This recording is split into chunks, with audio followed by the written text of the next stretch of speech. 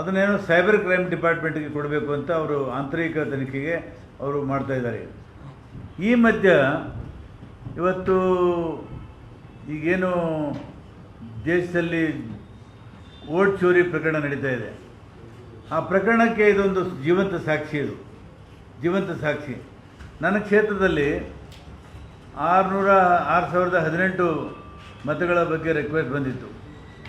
Request ಬಂದವರಿಗೂ ಗೊತ್ತಿಲ್ಲ, ಹಾಕಿದವರಿಗೂ ಗೊತ್ತಿಲ್ಲ. ಅದು ಯಾರ ನಂಬರು? ಒಂದು ಎಪಿಕ್ ನಂಬರನ್ನು ಉಪಯೋಗ ಮಾಡಿಕೊಂಡು ಹ್ಯಾಕ್ ಮಾಡಿ ಆ ನಂಬರ್ ಮೇಲೆ ರಿಕ್ವೆಸ್ಟ್ ಕಳಿಸಿದ್ದಾರೆ. ಅದು ಹಾಕಿದವರಿಗೂ ಗೊತ್ತಿಲ್ಲ ಮತ್ತು ತೊಗೊಂಡವರಿಗೂ ಗೊತ್ತಿಲ್ಲ ಅದು ನಂಬರ್ ಎಲ್ಲಿಂದ ಬಂತು ಅಂತ.